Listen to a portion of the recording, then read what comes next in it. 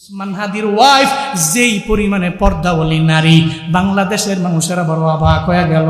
আমি চ্যালেঞ্জ দিয়েছি গতকালকে, ওসমান হাদির ওয়াইফ যেই পরিমাণে পর্দা কর্মীওয়ালী নারী, বাংলাদেশের অনেক বড় বড় বুজুর্গের বউরাও এত পরিমাণে পর্দা করতে পারে না। ওসমান হাদি তো দামি, স্বামী নামে কথা বললে আলোচনায় আসবে, আবার সিম্পেথি গ্রহণ করতে পারবে। ওসমান হাদির বউ তো চাইলে পারত, হাদির জন্য সংবাদ সম্মেলন করতে চাইলে পারত, কেউ বাধা দিত না, আসতে পারত। আবার মানুষ নেগেটিভ মন্তব্য করতো না, পজিটিভই করত। পর্দা সহকারে আসতে পারত, হিজাব লাগায় নিকাব লাগায়। এরপরও কেন আসে না? কারণ জানে রে, সবার আগে আমার আল্লাহ, সবার আগে আমার পর্দা, সবার আগে আমার হিজাব, সবার আগে আমার নিকাব। এই জন্যই তো আল্লাহ পাক হাদির দাম বাড়াইয়া দিল। এই ওনার বউ কেন আসা লাগবে? ওনার জন্য কথা বলার মতো লোকের তো অভাব নাই। আজকে জানাজার মধ্যে লাখো লাখো জনতা, এরা কেন আইলো? এই হাদিরা তো কেউ চিনে না, এক সপ্তাহ আগেও তার ব্যাপারে জানতো না। এখন তো মুরব্বীটা ওনার জন্য কান্দে, একটা ছোট্ট বাচ্চাও কান্না করে, একটা মাদ্রাসার হুজুরেও কান্না করে, বড় বড় ওলামায়ে কেরামেরা ওর ব্যাপারে কান্না করে। এই আমার তো আত্মীয় না, এরপর আমি জানাজায় কেন দৌড়ে গেলাম? অনেকের তো আত্মীয় স্বজন না, তাহলে লাখো লাখো মানুষ জানাজার মধ্যে কেন আইলো? এটা কেন আইছে জানো নেই? কারণ ঘরের মধ্যে যদি এমন বিবি থাকে যেই বিবি জান্নাতি বিবি, ঘরের মধ্যে এমন মা যদি থাকে যেই মা জান্নাতি মা, এই ঘরের থেকে তো অনেক খারাপ লোক আশা করা যায় না। আবার যদি হাদির মতো এমন সাহসী হয় যারা শাহাদাত কামনা করে, এদের জন্যই তো লাখো লাখো মানুষেরা ভিড় জমায়। আমি আমার জীবনেও আমি এত বড় জানাজা নিজে পড়ি নাই, জানাজার মধ্যে এত লোক আমি দেখি নাই। এত লোকের সমাগম কেন হলো? কারণ জানোনি, কারণ এটা আসমানি ফয়সালা। আসমানবাসী যার প্রতি রাজি, মানে ফেরেশতারা যার প্রতি রাজি, আল্লাহ যার প্রতি রাজি, দুনিয়ার সব লোকেরা এর প্রতি রাজি হয়ে যায়। আসমানবাসী যার প্রতি রাজি, আল্লাহ যার প্রতি রাজি, ফেরেশতা যার প্রতি রাজি, তো দুনিয়ার সমস্ত লোক তো তার প্রতি রাজি হয়ে যায়।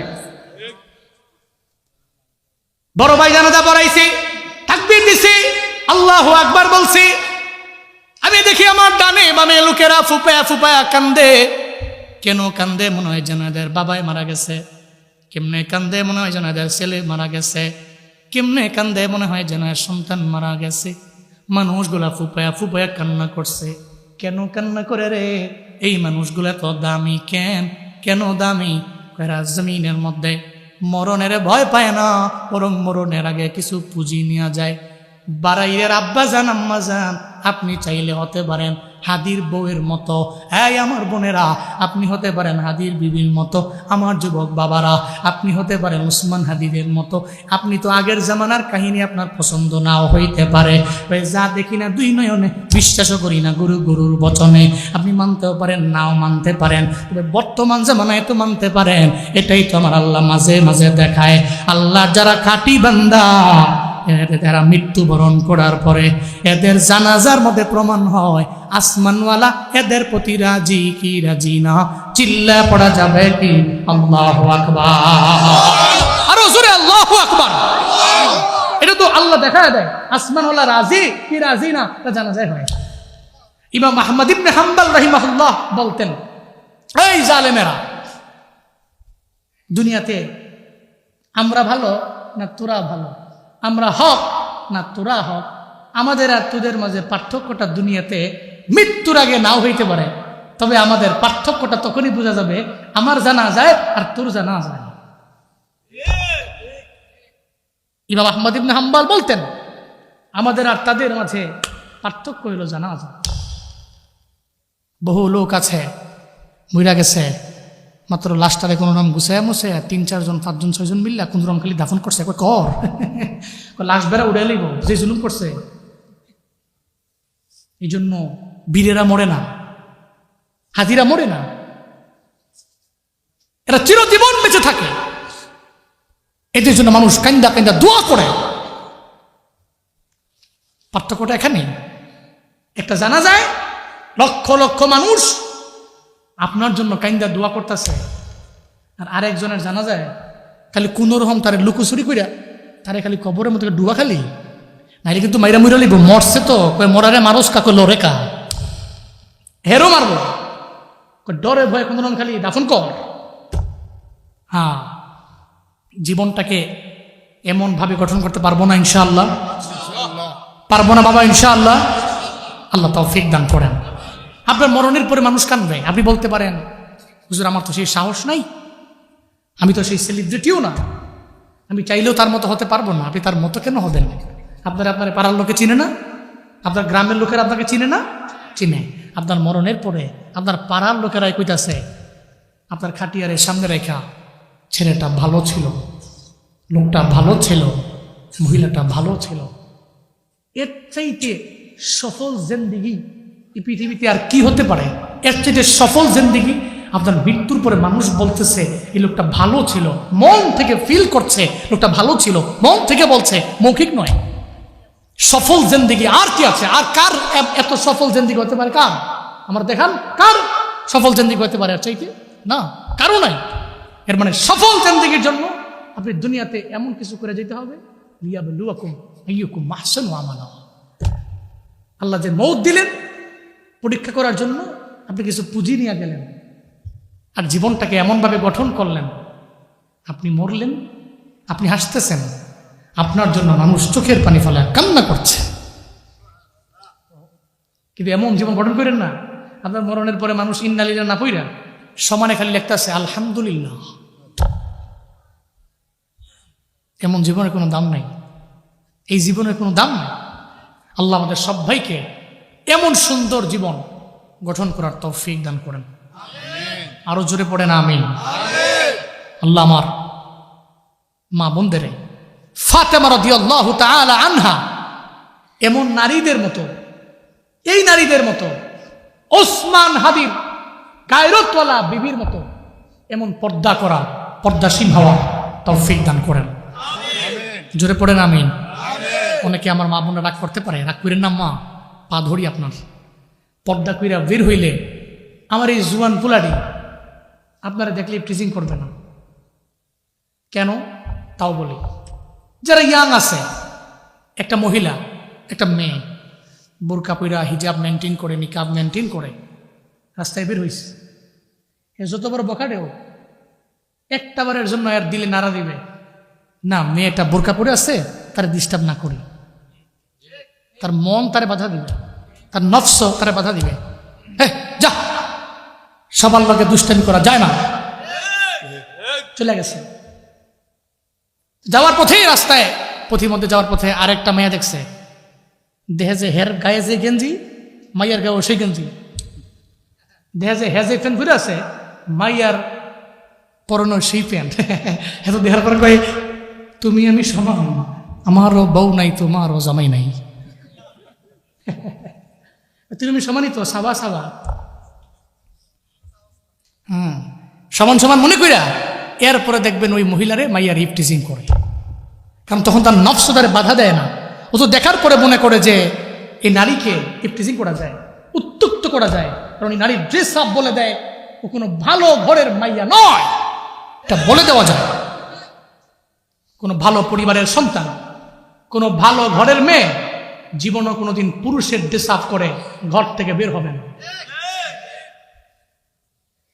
আপনি তো মনে করছেন আপনার টাকা আছে, আপনি দামি বাড়ির মালিক, আপনি অনেক কোটি কোটি টাকার সম্পদের মালিক, আপনার কয়েকটা Harrier, Prado, land cruiser Prado, বহুত গাড়ি আছে আপনার, সন্তানের জন্য প্রত্যেকের নামে নামে আছে। আপনি মনে করতেছেন আপনি সফল? ইম্পসিবল। আপনি নিজেকে সফল বলতে পারেন, আমি না। যদি আপনার ঘরের বউ পর্দা করে না, আপনার ঘরের মাইয়া পর্দা করে না, এরা রাতের বেলা সব বের হয়, কোনো খোঁজ খবর নাই, বেপর্দায় চলাফেরা করে, আপনার মতো ব্যর্থ পুরুষ এই পৃথিবীতে সেকেন্ড নাম্বার কেউ নাই। বুঝে না, বুঝে না তো, মা বোনরাও বুঝে না, পর্দা করে না। আর ঈদের আগে তো কোয়া লাভই নেই। ছাত্রখানে যাইয়েন, ছাত্রখানে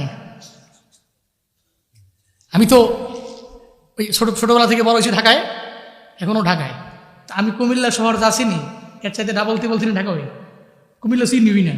মাঝে মাঝে ওই প্রোগ্রাম থাকলে সদর দক্ষিণমুখী সদর এলাকায় তো ওই সময় কয় হুজুর নয় এফরেন আমাকে চিনি টিনি না ম্যাপ দাও। আরে কয় কি হুজুর কুমিল্লা লোক নাম নেই আমি চিনি না, না কুমিল্লা বড় হয়েছি না তো ঢাকায় বড় হয়েছি চিনি না। তো মাঝে মাঝে ইনকেস কোনো কাজে যখন যাই দেখি তো আমরা কি ড্রেস আপ, কি পোশাক পরিচ্ছদ। আর অধিকাংশ নারী হয় যেই নারীরা প্রবাসীদের বউ হয়, স্বামী বিদেশ থাকে, আমার তো জামাটা কিনা দিই না নাই, আমার শাড়ি কিনা দিই না নাই, তো হৌরে একটা আইনা দিছে, চোখটা দিয়ে এমনি কি আনছে বুড়ার ঘুরে বুড়া বুড়ার ঘুরে বুড়া আনছে কি এটা আপনি বুঝছেন না? আপনি মুরব্বী মানুষ। আচ্ছা নেক্সট টাইম আমি যাবো নাই। তো গিয়া বেটার সামনে সুন্দর করে আরাম করে বইয়া, বেটাও চেয়ার দিছে টুল দিছে বইতো, ভিডিও বইছে। আবার তেহাও তো গরম, কারণ স্বামী থেকে বিদেশ, এ তো মনে করতেছে চাপ দিছে টেয়ায় বসে। কিন্তু এই কষ্ট যে কি পরিমাণ এরা করে এটা তো আর হেরা জানে না। যাই দাম কত? 4,000।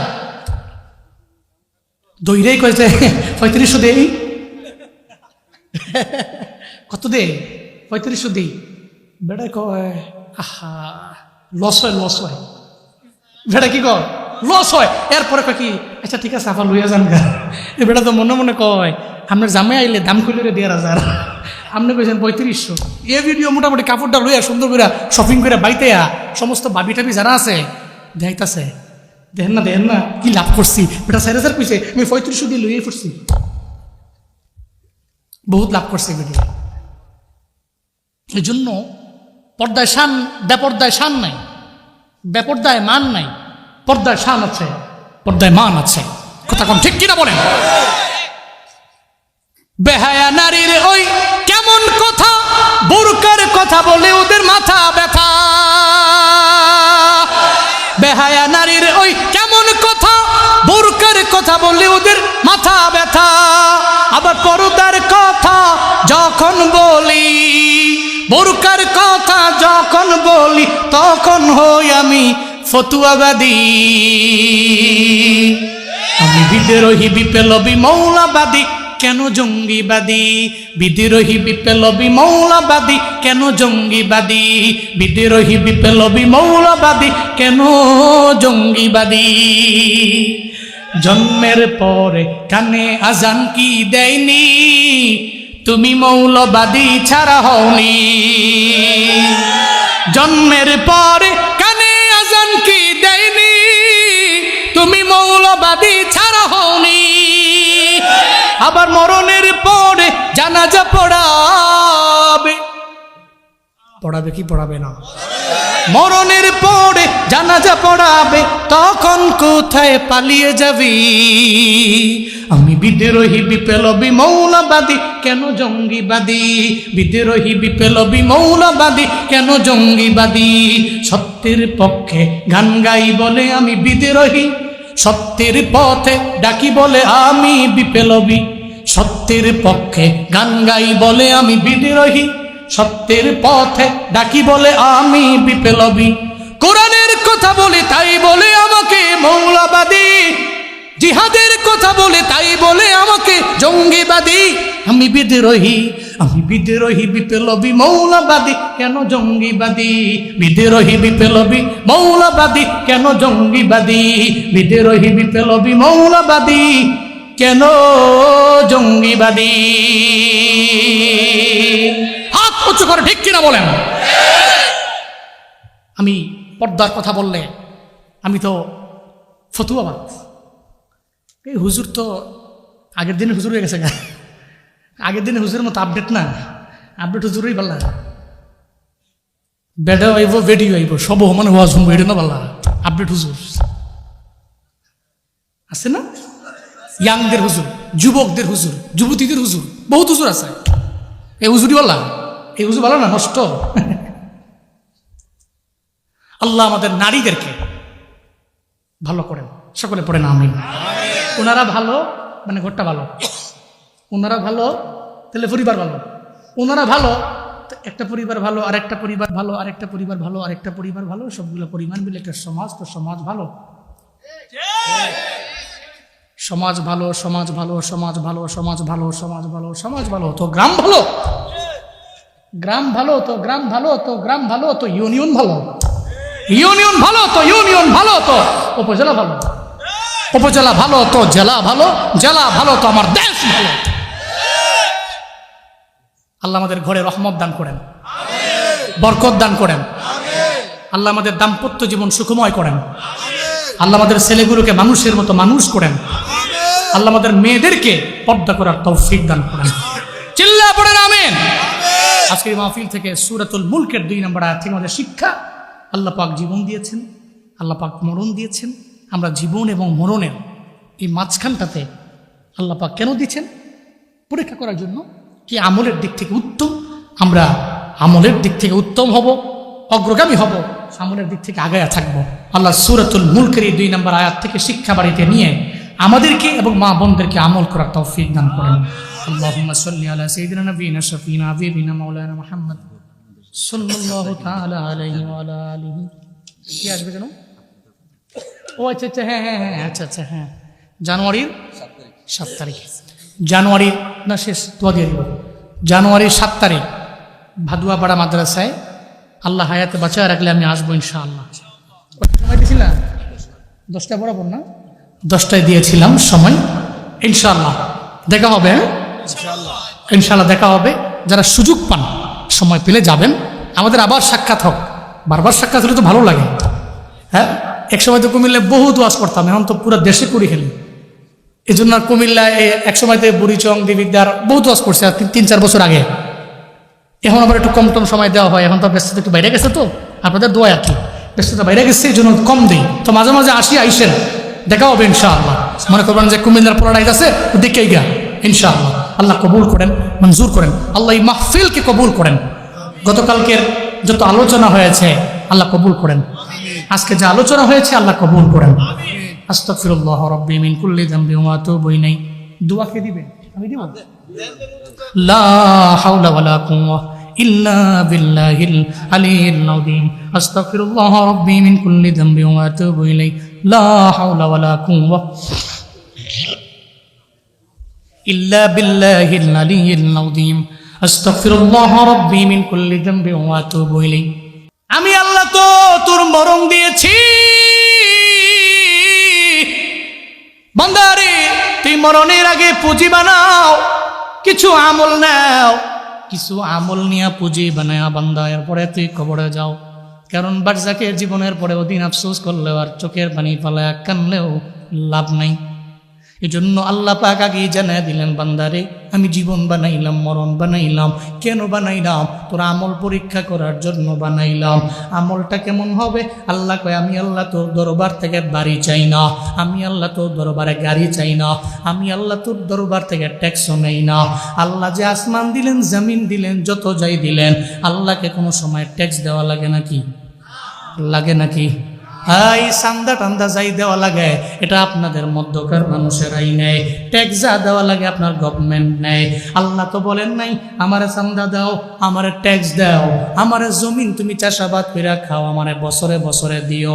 দুনিয়াতে এমন কোনো ধনী নাই যেই ধনী আল্লাহ পাক যদি ট্যাক্স বসায় পানি পান করতে পারবে নিজের টাকা দিয়া, এমন ধনী পৃথিবীর মধ্যে কেউ না। সব তো গরিব। আল্লাহ কয় তোরা তো ফুকারা। ইয়া আইয়ুহান নাস আনতুমুল ফুকারা ইলাল্লাহ ওয়াল্লাহু হুয়াল গানিয়ুল হামিদ।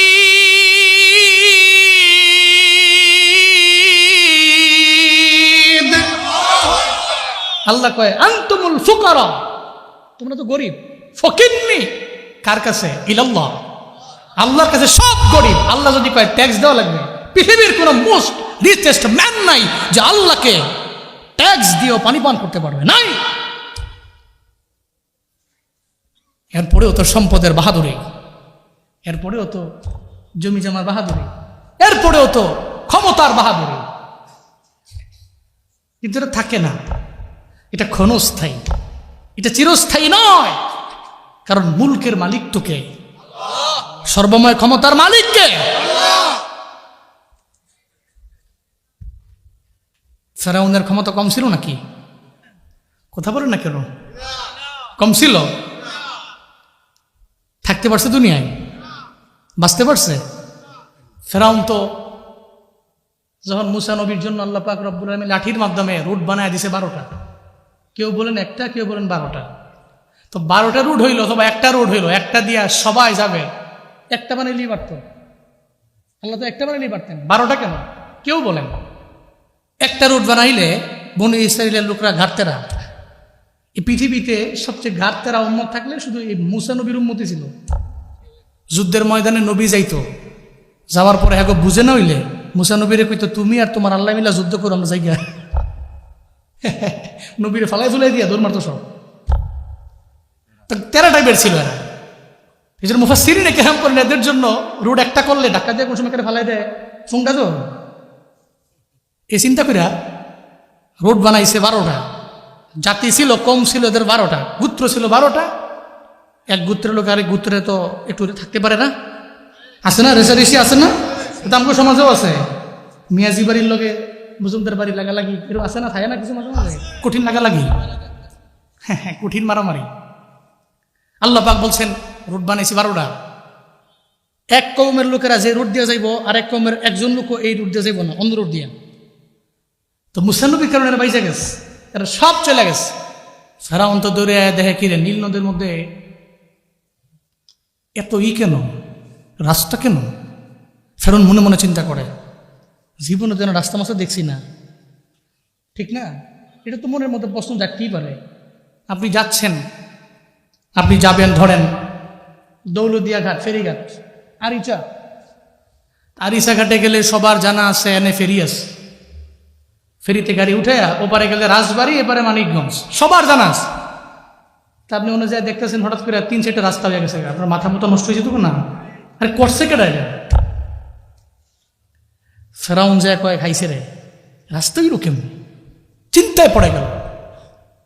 যাইয়েন না, হ্যালো আইবেন নি, আইতেনও না, না থাক থাক আমরা যেহেতু লয়ে লাইছেন দুড্ডা জানগা ছুটি, তবে আর কেউ উঠতেন না, ছুটি শেষ, এটাই লাস্ট ছুটি। জোরে কোন মার হাবা। আপনারা রাগ করতেছেন নাকি? কষ্ট পাচ্ছেন? জোরে কোন সুবহানাল্লাহ, আরো জোরে আলহামদুলিল্লাহ, চিল্লা আল্লাহু আকবার, লিল্লাহে তাকবীর, লিল্লাহে তাকবীর। ফেরাউনের লোকেরা ডানে বামে তো বহু তার দলবল, ফেরাউন এবং তার কওম, তার দলবল, তার সম্প্রদায়, সৈন্যবাহিনী। ফেরাউন রে কয় ফেরাউন এখানে রাস্তা কে বানাইলো? জীবনও কোনোদিন তো এই নদীর মধ্যে এই রাস্তা দেখি নাই, পানির ঢেউর অভাব নাই। ফেরাউন কয় আল্লাহ রে চিনো নাই, তোমাদের বড় আল্লাহ তো ফেরাউন, আমি নিজেই তো রাস্তা বানাইছি। নাউজুবিল্লাহ, জোরে কয় না। দল বলেরা কয় এজন্যই তো তোমারে মানি, এজন্যই তো তুমি আমাদের বড় রব, এজন্যই তো তোমারে মানি, কারণ তুমি তো আমাদের জন্য রাস্তা বানাই দিলা, সুপ্রিম পাওয়ারের মালিক তুমি, এজন্য ফেরাউন তোমার লিডার মানি। এটা বইলা সঙ্গে সঙ্গে দল বলের লোকেরা সব রাস্তায় নেমে গেল, কিন্তু একজনে নামে না, শেখে। দল বল তো জানে না এই খেলা, ফেরাউনের তো জানা আছে, মনে হয় আজকে স্বাভাবিক কোনো কিছু ঘটবে না, অস্বাভাবিক কিছু হয়ে যাবে, কারণ এখানে রাস্তা গেছিল না, এই রাস্তা হয়ে গেল, মুসা নবীও পার হয়ে গেল। তাহলে যে কোনো একটা কাহিনী আছে, নামতে চায় না, দলবলরে নামায়া দিল।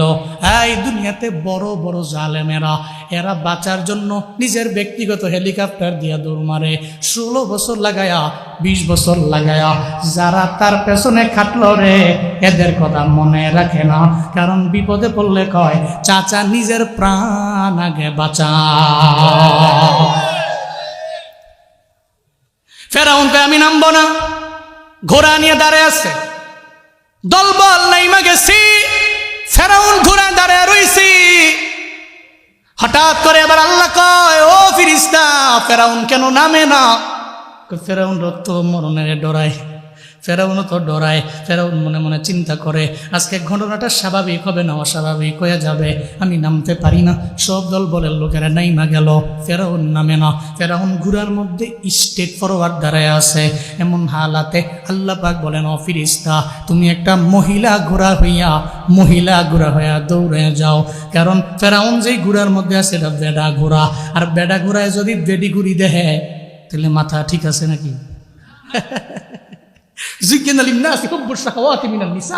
আল্লাহ পাক বলছেন তোমাদের জন্য সুশোভিত করা হয়েছে 1 নাম্বার মহিলা দেখলেই তো আকর্ষণ। বাস্তবতা এটাই, এটা রিয়েলিটি। আর আল্লাহর ওলি মহিলা দেখলে আকর্ষণ লাগবেই। কে বলেছেন? তোমাদের জন্য সুশোভিত করা হয়েছে। আল্লাহ পাক আগে বলেন নাই ওয়াল কানাতিরিল মুকান্তরা ওয়াজ যাহাব ওয়াল ফিদ্দা, আল্লাহ বলেন নাই স্বর্ণ দেখলে তোমার এত লোভ লাগবে না, রৌপ্য এত লোভ লাগবে না। কিন্তু তোমার নারী দেখছো, অটোমেটিক তুমি লোভী হয়ে যাবে, নারীর প্রতি আসক্ত হয়ে যাবে। এটা স্বাভাবিক ব্যাপার যে আসক্তি। এর মানে আল্লাহ পাক বললেন একটা বেডি ঘুরি হইয়া, ফেরেশতা তুমি যাও। বেডি ঘুরি যায় যখন ফেরাউনের ঘোড়ার সামনে গিয়া ডান বাম করে, দেখে তো মোটামুটি মাথা নষ্ট করছেন না বেটা ঘোড়ার। ফেরাউন তো ঘোড়ার উপরে বসে রয়েছে, ফেরাউন নামতে চায় না, লাগাম ধরে রাখতে পারতেছে না। বেডিতে দেখছে মাথা মতো নষ্ট হয়ে গেছে। ইয়ের ফেরাউন, হু আর ইউ, লাভ দিয়ে নেমে গেছে রাস্তার মধ্যে। আল্লাহু আকবার পড়বেন না? এদিকে ফেরেশতাও দৌড়ায়, মানে বেডি ঘুরিও দৌড়ায়। এদিকে ফেরাউন তো ঘোড়ার মধ্যে বসা, এবার দৌড়ায়। ফেরাউন কয়ে দাঁড়া রে, যাইস না, দাঁড়া রে, যাইস না। কারণ মরণ থেকে তো ফেরাউনও বাঁচবার চায়। ফেরাউন মনে মনে চিন্তা করে এই রাস্তা তো আমিও বানাই নাই, হয়তো কোনো একটা কারণে মুসা নবীরে হয়তো আল্লাহ বানায়া দিছে। কারণ ফেরাউনের মনেও তো চিন্তা আছে মুসা নবী কথা মানে কার, আবার আল্লাহ সাহায্য করে মুসা নবীরে, এটাও দিলের মধ্যে আছে। এদিকে বেডি ঘুরি দৌড়ায়, ওদিকে ফেরাউনের ঘোড়া দৌড়ায়। প্রতিমধ্যে যাওয়ার পরে আল্লাহ পাক ফেরেশতারে বলে, দৌড়ানো আর লাগবে না, তুমি আর ঘোড়াও হওয়া লাগবে না, এখন আমার দরবারে চলে আসো। সঙ্গে সঙ্গে হঠাৎ করে দেখে সামনে আর বেডি ঘুরি নাই। আল্লাহ পাক বলে, ও নদীর পানি, আমার মুসার জন্য রাস্তা হয়েছিল লাঠির মাধ্যমে মাটি দিয়া, আর লাগবে না। ফেরাউন তো নাফরমান, ফেরাউন তো বেদিন, ফেরাউন তো বেঈমান, ফেরাউন তো আমি আল্লাহরে মানে না। যেহেতু ফেরাউন আমি আল্লাহরে মানে না, সেহেতু আর ফেরাউন এখানে টিকে থাকতে পারে না। রাস্তা আমি ফেরাউনের জন্য বানাই নাই, এই রাস্তা বানাইছি আমি মুসা নবীর জন্য। সঙ্গে সঙ্গে আল্লাহ বললেন, আই রাস্তা তুই আগের পানির মতো হয়ে যা। আই রাস্তা পানি কথা মানে কা। আল্লাহ পাক বলতে দেরি, সঙ্গে সঙ্গে পানির মধ্যে রাস্তা মিশে গেল। ফেরাউন নদের মধ্যে সুবায় আর ডুবায়, কয় আল্লাহ মাফ করে দাও। আল্লাহ কয় এমন একটা সময় আইসা পড়ছে রে, এখন আর ক্ষমা নাই, এখন আর মাফ নাই। যে বিনয় নিয়ে আগায় তারে আমার আল্লাহ মাফ করে, যে গাদ্দারি করে আমার আল্লাহ তারে ছাড় দেয় না। যে বিনয় নিয়ে চলে আল্লাহ তারে মাফ করে, যে গাদ্দারি করে আল্লাহ তারে ছাড় দেয় না। আপনি বিনয়ী, আপনি তাওয়াদু নিয়ে চলতেছেন, তাহলে আপনি আল্লাহর কাছে দামি। কিন্তু আপনার ভিতরে গাদ্দারি ভাব আছে, একটু ভাবসাব নিয়ে চলেন, তাকাব্বুরি নিয়ে চলেন, আপনার জন্য মাফ নেই, ক্ষমাও নাই।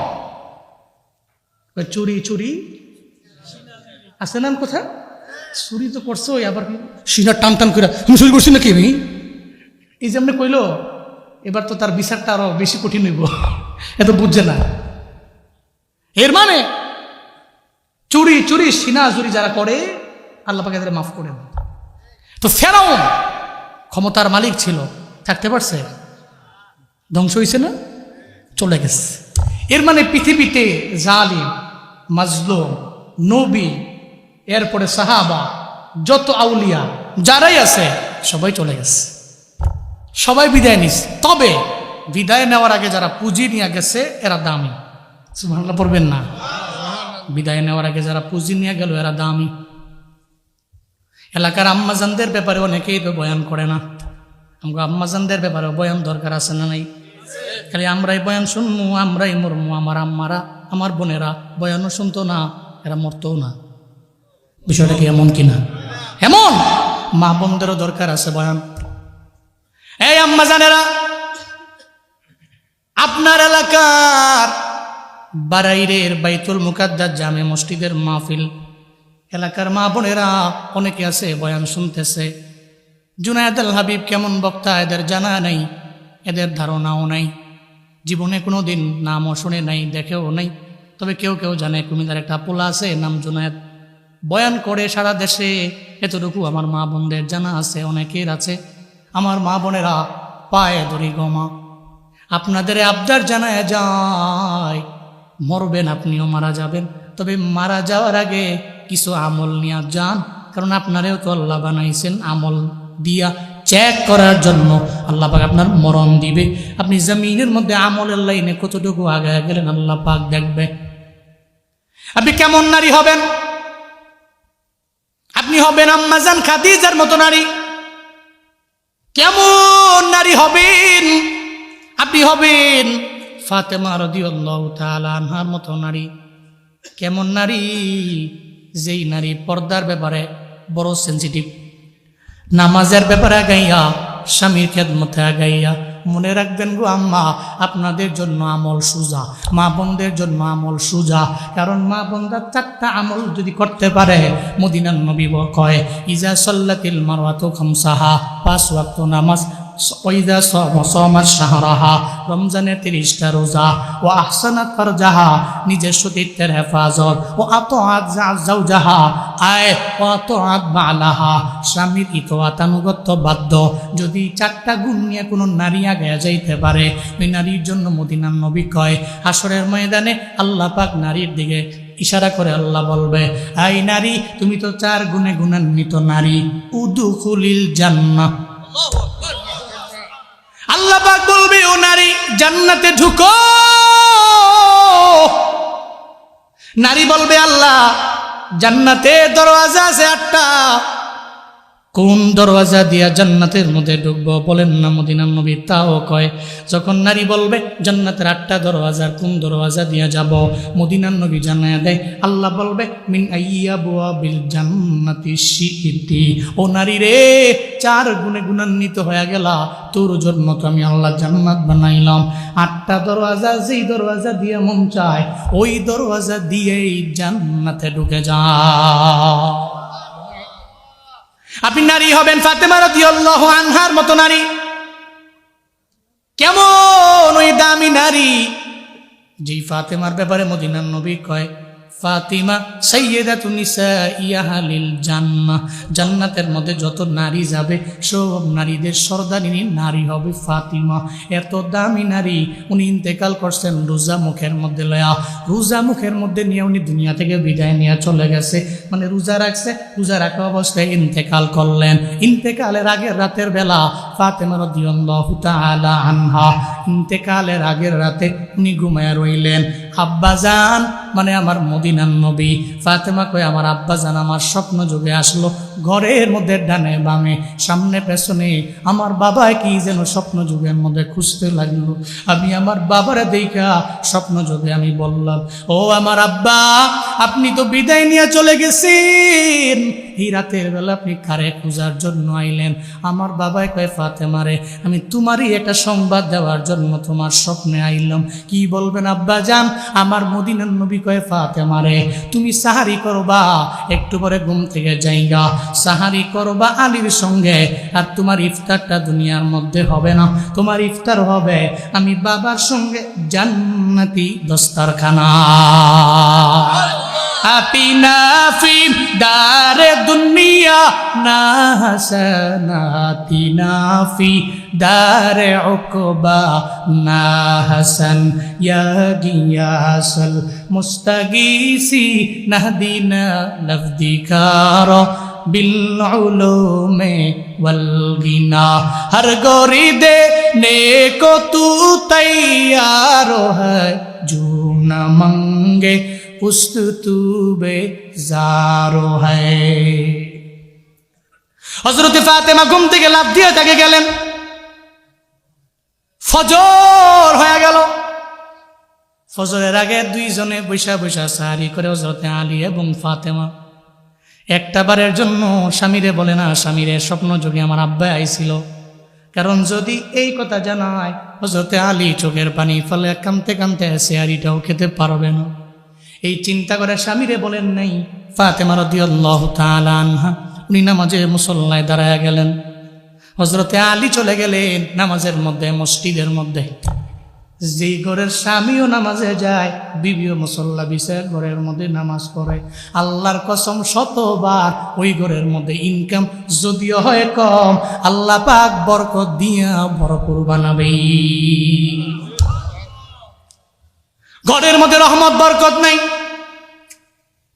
কই দৌড়াইতেছু, কই কবিরাজের দরবারে, কি লাগবে, কয় তাবিজ লাগবে, কয় 1000 টাকা লাগবে, কয় 5001 টাকা আছে না নাই?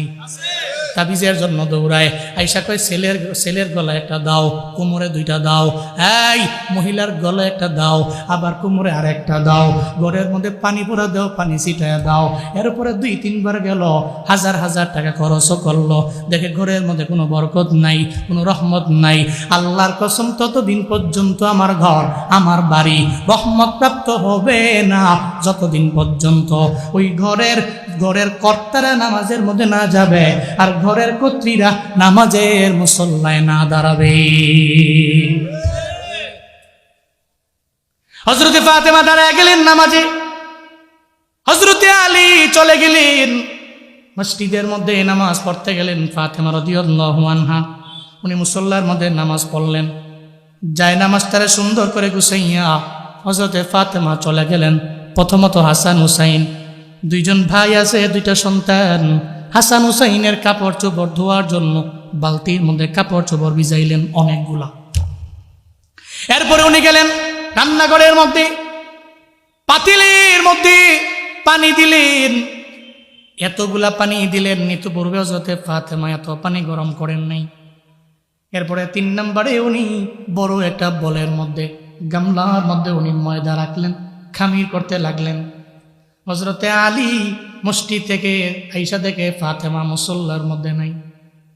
হযরতে আলী বড় অবাক, কেন আমার ওয়াইফ, কেন আমার স্ত্রী আজকে মুসল্লার মধ্যে কেন নাই, কই গেল আমার বিবি? দৌড়ে চলে গেলেন ফাতেমার দরবারে, মাতবাগের ভিতরে রান্না করে, কিচেন রুমে যায় কয়, ফাতেমা রে, জীবনে কোনোদিন তোমার দেখি নাই ফজরের নামাজের মুসল্লার মধ্যে তুমি ইশরাক না পড়ে উঠছো, কিন্তু আজকে কি এমন হয়ে গেল ফাতেমা, আজকে তুমি ফজরের নামাজ পড়া কেন মুসল্লার মধ্যে বসে ইশরাকের নামাজ পড়লা না? ফাতেমারে কি এমন হয়ে গেল, কি এমন আশ্চর্যজনক কাহিনী, তুমি আমারে বলো না। এটা বলার পরে ফাতেমা, ওই কি বলবো স্বামী আপনারে, আমি জানি এটা বলার পরে আপনি নিজেকে ধরে রাখতে পারবেন না।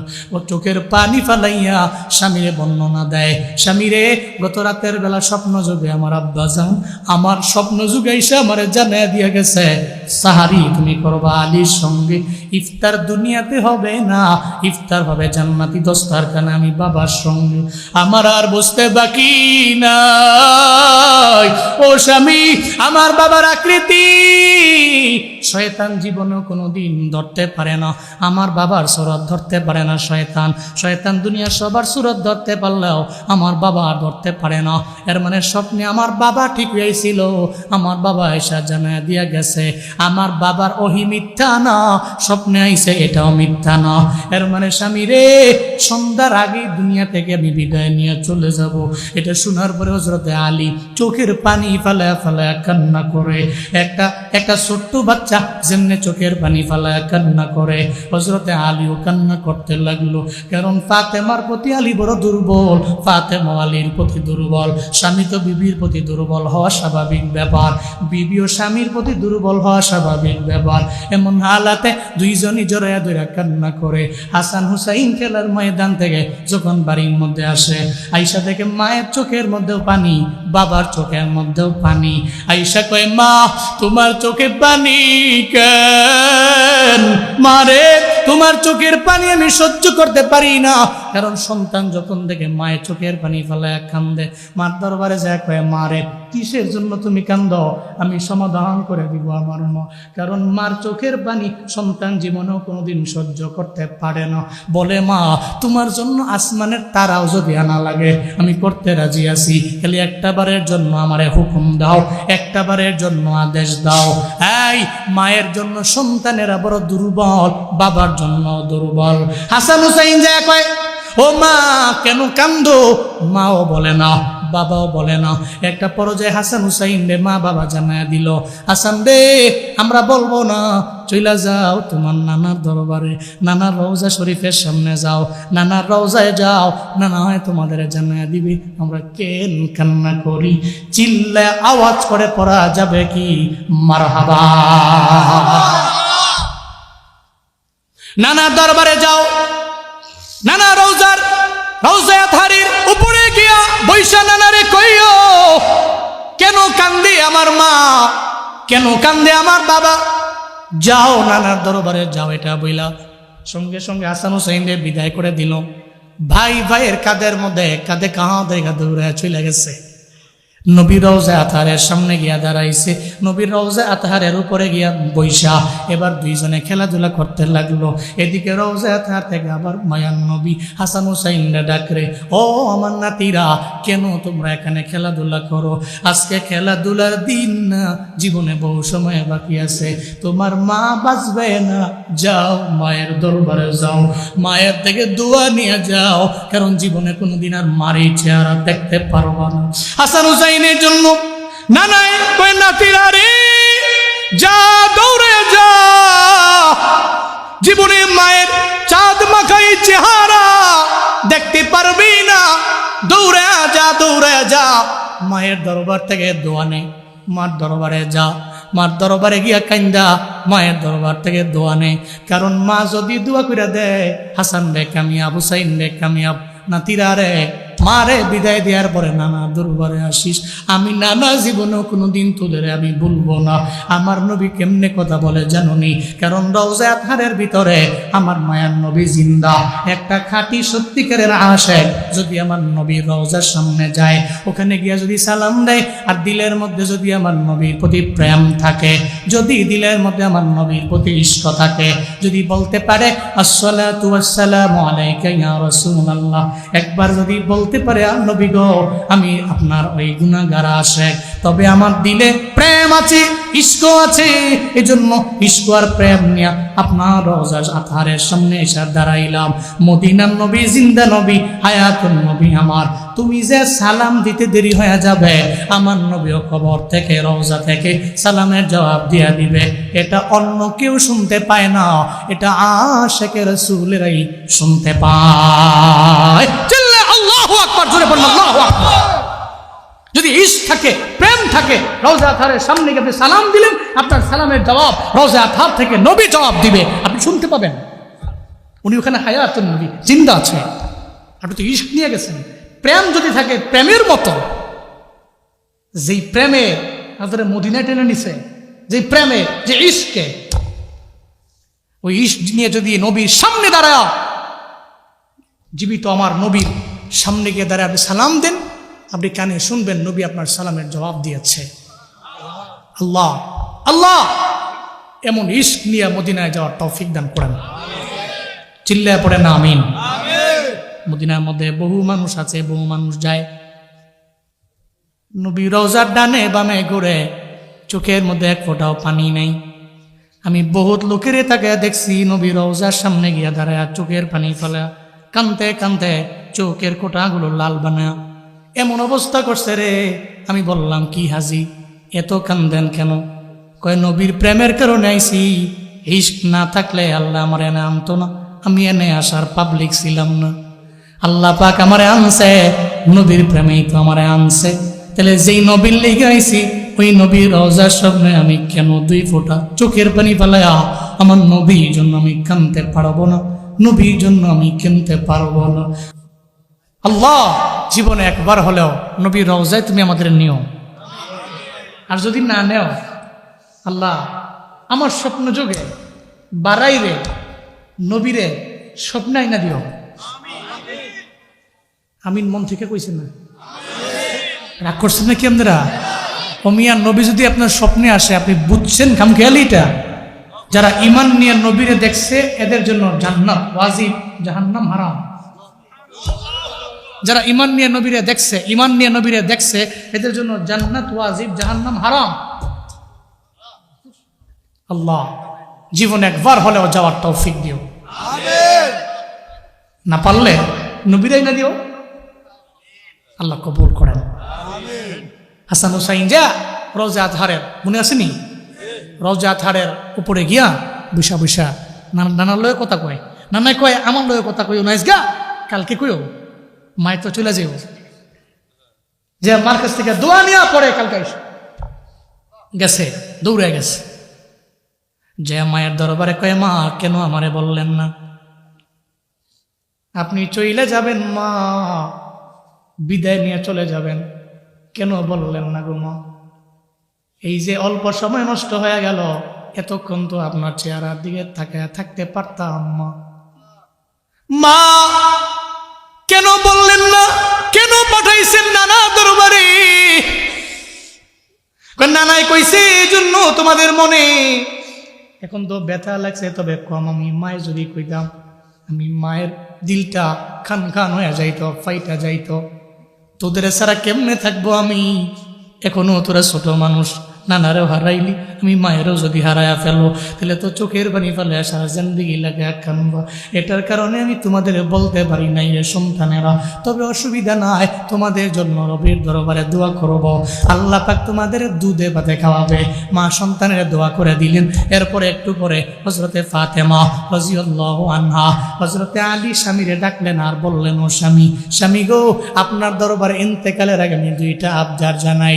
এই বারাইরের আম্মা জানেরা, এই বুড়িচঙ্গের আম্মা জানেরা, কুমিল্লার আম্মা জানেরা, আপনাদের পায়ে ধরি মা, আপনি কেমন নারী হবেন আজকের এই বয়ান থেকে আপনি শিক্ষা নিবেন। আপনি কেমন নারী হবেন, আপনি কোন টাইপের নারী হবেন। হযরত ফাতেমা বলে, স্বামী রে, স্বামী রে, আমি তো আপনার ঘরে আইছি, আপনার ঘরে আসার পরে আপনার হক আমি পরিপূর্ণ আদায় করতে পারি নাই। আপনার ঘরের মধ্যে আসার পরে আপনার হক আমার পরিপূর্ণ আমার পক্ষ থেকে হয়তো আদায় হতে না পারে। যদি আদায় না হয়ে থাকে হাসরের ময়দানে মিজানের দাড়ি পাল্লায় অথবা কোনো কাঠগড়ায় যদি আপনি আমারে বলেন, এই ফাতেমা, আমি তোমার প্রতি অসন্তুষ্ট, আমার বাবা লক্ষ লক্ষ উম্মতের সামনে লজ্জিত হয়ে যাবে, আমি সন্তানের কারণে আমার বাবায় লজ্জিত, আমি জীবনেও কোনোদিন এটা মাইনা নিতে পারবো না। ও স্বামী আমার, আমারে মাফ করে দাও, আর জীবনের শেষ বিদায় তুমি আমায় দাও, কারণ আমি সন্ধ্যার আগেই দুনিয়া থেকে বিদায় নিয়ে চলে যাব। এটা বলার পরে এবার হযরতে আলীও কান্দে আর কয়, বিবি রে, তুমি আমার থেকে বিদায় নেও, আর তুমি আমারে বলো তোমার আমার পরিপূর্ণ হক তুমি আদায় করেছ কিনা। মূলত তো তুমি আমার সব হক আদায় করলা, জীবনেও কোনোদিন তুমি আমার সামনে চোখ রাঙ্গায় কথা বলো নাই। কিন্তু বিবি রে, আমি তো তোমার হক পরিপূর্ণ আদায় করতে পারি নাই, আমি তোমার উপযুক্ত ছিলাম না, কারণ তুমি জান্নাতি সব নারীদের সরদারিনী নারী। আমার ঘরের মধ্যে এমন অনেক দিন গিয়েছে খানা নাই, আমি তোমারে সকালেও খাওয়াইতে পারি নাই, আমি তোমারে দুপুরেও খাবার দিতে পারি নাই, আমি তোমারে রাতের বেলাও দিতে পারি নাই। ও বিবি রে, আমি তোমার হক পরিপূর্ণ আদায় করতে পারি নাই।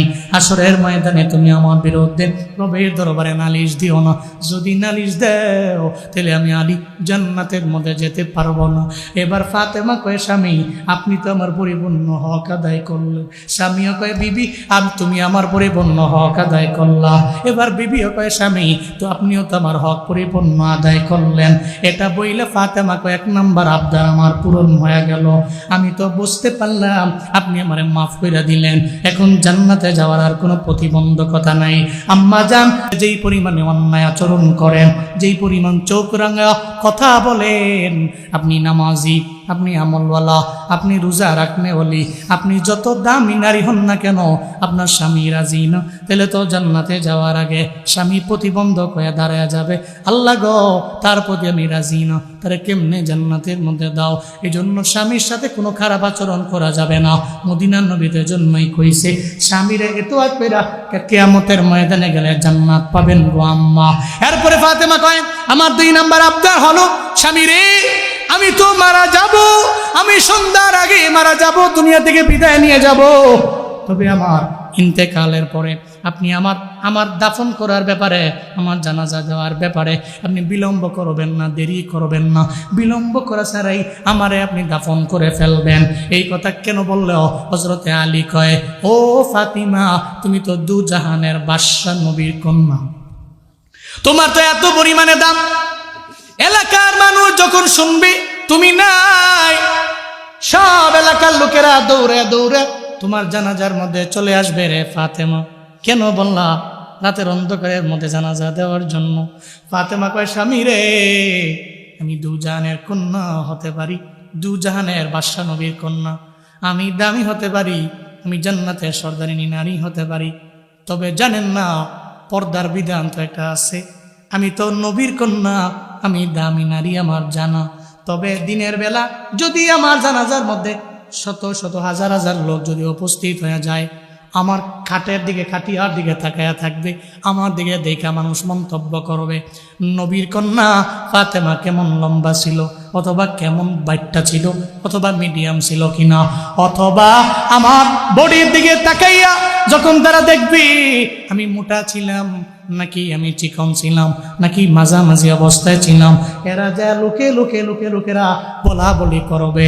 হাসরের ময়দানে আমারে যদি কয়, আল্লাহ যদি কয়, ফাতেমা রে, এটার ব্যাপারে তুমি আমারে হিসাব দাও, তুমি তো দুজাহানের বাদশা নবীর কন্যা, তোমার দ্বারা এই ছোটখাটো পর্দার লঙ্ঘন কেন হয়ে গেল?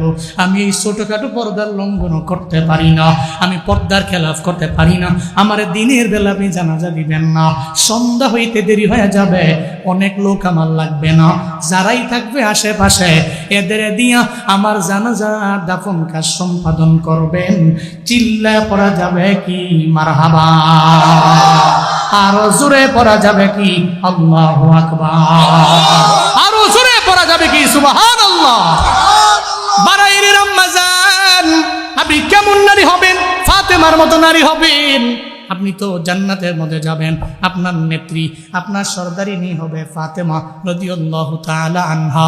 এই জন্য এদের মতো নারী হন, যেই নারী জান্নাতি, যেই নারীর সন্তানেরা জান্নাতি, যেই নারীর বাবাও জান্নাতি, এত দামি নারী, যেই নারী নিজেও জান্নাতি, এর উপরও পর্দার ব্যাপারে কত পরিমাণে সেফ, কত পরিমাণে সেন্সিটিভ। কিন্তু আমগো মা বোনেরা, কেউ তো আপনারা জান্নাতের সার্টিফিকেট পান নাই, আপনাকে তো কেউ বলেও নাই আপনি স্পষ্ট জান্নাতি, এরপরেও তো আপনি যেই পরিমাণে বেপরদায় চলেন, আমার যুবকেরা আপনার জন্য নষ্ট হয়।